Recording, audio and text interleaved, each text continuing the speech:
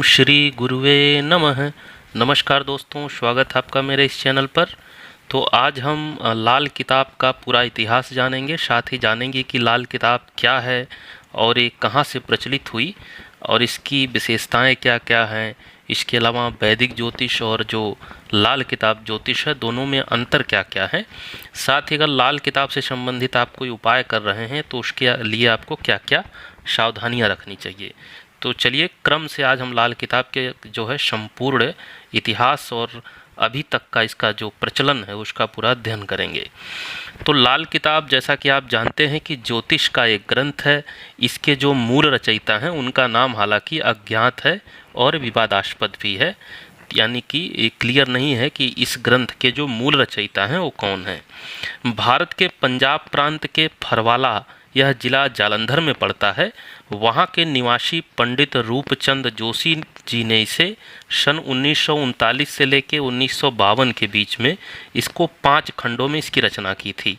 हालांकि इसके मूल लेखक नहीं हैं, इनको भी ये कहीं से चीज़ें जो है ज्ञात हुई थी। इन्होंने इसका एक तरह से आप कह सकते हैं कि संकलन किया था। तो इसके जो संस्करण आए थे, वो सबसे पहला संस्करण आया 1939 में लाल किताब के फरमान नाम से। फिर 1940 में आया लाल किताब के अरमान नाम से। फिर 1941 में एक किताब आई लाल किताब गुटका के नाम से। 1942 में फिर एक लाल किताब के नाम से। और जो इसका अंतिम जो संस्करण आया 1952 में लाल किताब के नाम से ही आया। हालांकि जो अलग अलग जो भाग है वह सभी भाग अपने आप में संपूर्ण था, उसमें कुछ और सूत्र जो है जुड़ते चले गए और 1952 में जो है अंतिम लाल किताब आई। यही 1952 की जो लाल किताब है ये ज़्यादातर प्रचलित है आज के समय में, वर्तमान समय में। इस किताब को हालांकि मूल रूप से यानी कि जो पंडित रूपचंद जोशी जी ने लिखा था, इसको उर्दू और फारसी भाषा में लिखा गया था। यह ग्रंथ सामुद्रिक तथा समकालीन ज्योतिष पर आधारित है, यानी कि उस समय का जो प्रचलित ज्योतिष था, ना कि ये वैदिक ज्योतिष से इसका संबंध था। हालांकि कुछ लोग इसको अरब की विद्या मानते हैं तो कुछ इसे हिमाचल की प्राचीन विद्या मानते हैं। पंजाब से लेकर के अफ़गानिस्तान के इलाकों तक इसकी किंवदंतियाँ जो हैं प्रसिद्ध थी, यानी कि अफ़गानिस्तान इत्यादि में भी इसकी किंवदंतियाँ थी, इसकी कहानियाँ थी, इसके बारे में प्रचलन था। कहा जाता है कि रूपचंद जोशी ने इसे प्राचीन पांडुलिपियों और पराशर संहिता के आधार पर लिखा था, यानी कि प्राचीन जो पांडुलिपियाँ उनको कहीं से प्राप्त हुई और पराशर संहिता को आधार बनाकर इसको लिखा। अब इसको उर्दू और फारसी में इसलिए लिखा कि क्योंकि उस समय में, यानी कि आज़ादी के पूर्व के समय एक किताब लिखी गई, उस समय पंजाब की जो सरकारी भाषा थी वो उर्दू थी। तो उर्दू होने के कारण उर्दू में लिखा गया और इसमें फारसी शब्द भी प्रचलित होने से लिए गए, क्योंकि उस समय फारसी शब्द भी वहाँ प्रचलित थे। उनके इस भाषा में लिखे होने के कारण इसको अरब की विद्या मान लिया गया, क्योंकि ये उर्दू भाषा में लिखी थी, फारसी भाषा में थी, तो इसको बहुत लोगों ने अरब की विद्या मान लिया। लेकिन वहाँ की चूँकि एक तरह से एक राज्य की वो भाषा थी उर्दू, तो इस कारण उन्होंने उस समय उर्दू और फारसी के शब्द लेकर इसको लिखा था। अब लाल किताब जो चूँकि अपने सरल टोटके और उपायों के लिए इस समय बहुत ही प्रसिद्ध है और इसके उपाय और टोटके भी किए जाते हैं, उनसे लोगों को लाभ भी होता है। बाकी लाल किताब जो है उसका जो हिंदी रूपांतरण आधुनिक समय में उपलब्ध है, तो इस किताब के कई रूपांतर जो है हिंदी में उपलब्ध हैं, जो कि मूलतः लाल किताब जो 1952 है उसी का रूपांतरण किया गया है।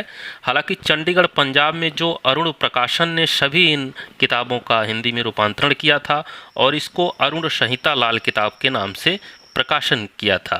अब इसका नाम अरुण संहिता लाल किताब इसलिए भी पड़ा कि कुछ लोग ये मानते हैं कि अरुण संहिता जो कि रावण संहिता से संबंधित है, ये माना जाता है कि उसी से लाल किताब के भी जो सूत्र हैं वो लिए गए हैं बाद में।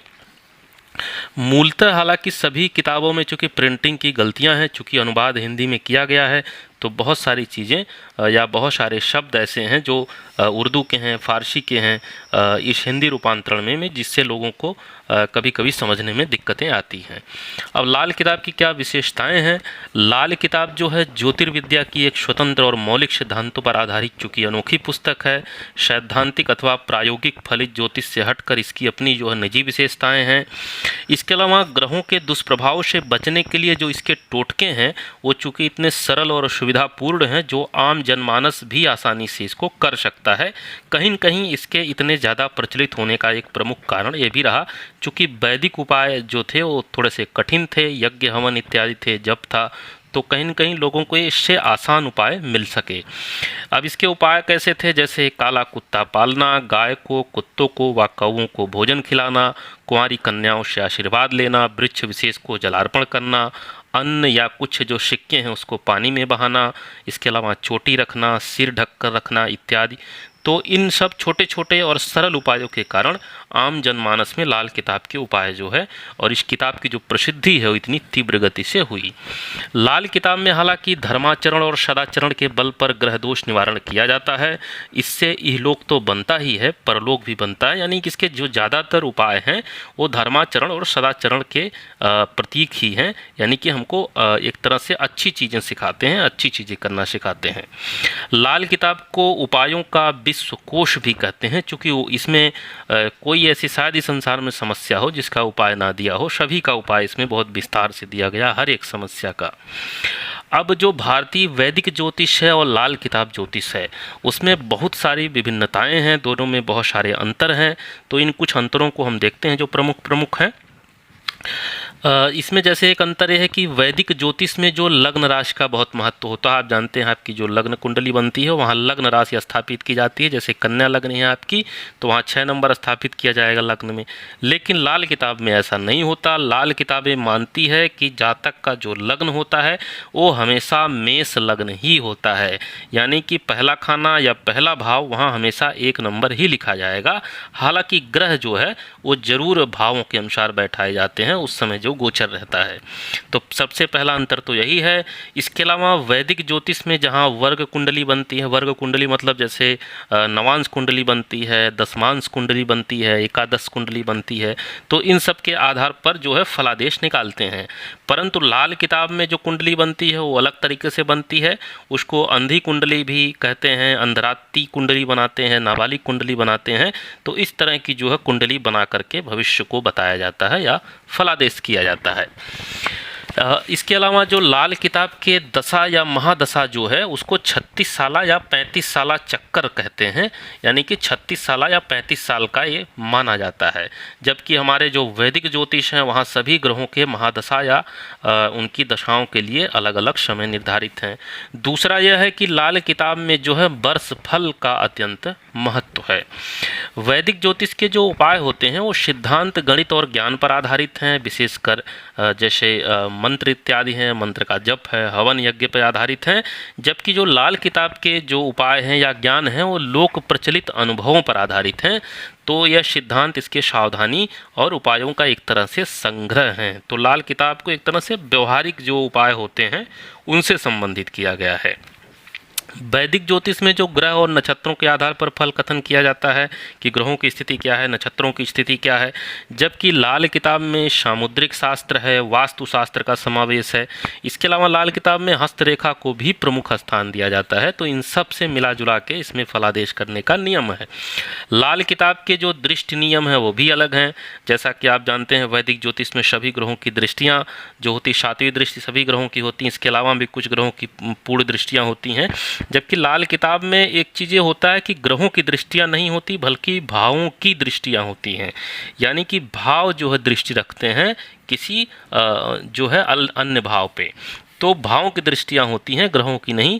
लाल किताब में जो परस्पर दृष्टि संबंध होता है वो भी नहीं होता है। जैसे मान लीजिए किसी की कुंडली में सूर्य जो है चंद्रमा को 7वीं दृष्टि से देख रहा है तो चंद्रमा भी 7वीं दृष्टि से सूर्य को देखेगा, लेकिन लाल किताब के अनुसार ऐसा नहीं होता। यहाँ जैसे सूर्य की अगर कोई दृष्टि है तो पहली चीज़ तो भाव की दृष्टि होगी, तो उस भाव में बैठा जो ग्रह है अगर है तो उसकी दृष्टि वो बन जाएगी जो भाव के अनुसार होगी। लेकिन जो विपरीत भाव होगा उसकी दृष्टि उस पर जरूरी ऐसा नहीं है कि हो। तो इस तरह से भाव की विपरीत जो दृष्टि है वो नहीं होती इसमें। लाल किताब के अनुसार ग्रहों की जो नैसर्गिक मित्रता है, शत्रुता है, वो अस्थायी होती है। इसमें ऐसा होता है कभी सूर्य शनि मित्र भी हो जाएंगे, कभी शत्रु भी हो जाएंगे। लेकिन जो वैदिक ज्योतिष है उसमें अगर जो नैसर्गिक शत्रु हैं वो नैसर्गिक शत्रु ही रहेंगे। तो इस तरह की बहुत सारी विभिन्नताएं हैं। जब लाल किताब का गहराई से अध्ययन करेंगे तो बहुत सारे अंतर आते हैं फलादेश में। अब एक चीज़ आप ये ध्यान रखें कि अगर लाल किताब से संबंधित कोई उपाय आप कर रहे हैं तो थोड़ी कुछ सावधानियां हैं जो व्यक्ति को या जातक को रखनी चाहिए। जैसे लाल किताब के जो उपाय हैं केवल दिन में ही करना चाहिए, रात्रि में इसके करने का विधान नहीं है। सूर्योदय से लेकर सूर्यास्त के बीच में ही, और एक समय में केवल एक उपाय करने का ही विधान है और उसको 40 से 43 दिन तक किया जाना चाहिए। यानी किसी ग्रह या किसी समस्या का कोई उपाय या टोटका आप कर रहे हैं तो उसी को लगातार 40 से 43 दिन तक करें, उसको कंप्लीट कर लें। जब वो उपाय कंप्लीट हो जाए तब आप दूसरा उपाय कर सकते हैं। दूसरा है कि अगर व्यक्ति को किसी तरह की समस्या है, कोई दूसरा व्यक्ति उसके लिए उपाय करना चाहता है तो केवल जो खून के रिश्ते वाले रिश्तेदार हैं वही उपाय कर सकते हैं। ऐसा नहीं है कि किसी पंडित से या ज्योतिषी से आप उपाय कराएं, यानी कि कोई खून का रिश्तेदार ही उपाय कर सकता है। इसके अलावा जो टोटका है, उपाय है, मान लीजिए आप उसको प्रतिदिन नहीं कर पाते हैं लगातार 40 से 43 दिन, तो उसको साप्ताहिक तौर पे भी बना सकते हैं। सप्ताह में एक दिन निर्धारित कर लें तो हर सप्ताह में इसको एक दिन करते रहें और 40 से 43 सप्ताह तक इसको कंटिन्यूअस करें।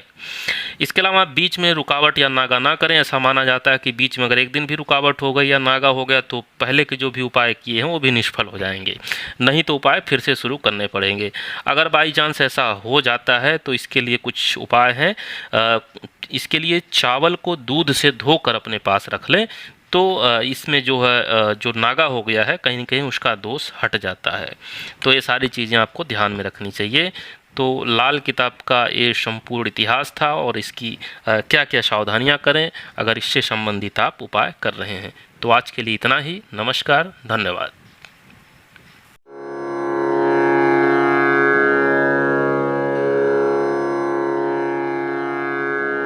Oh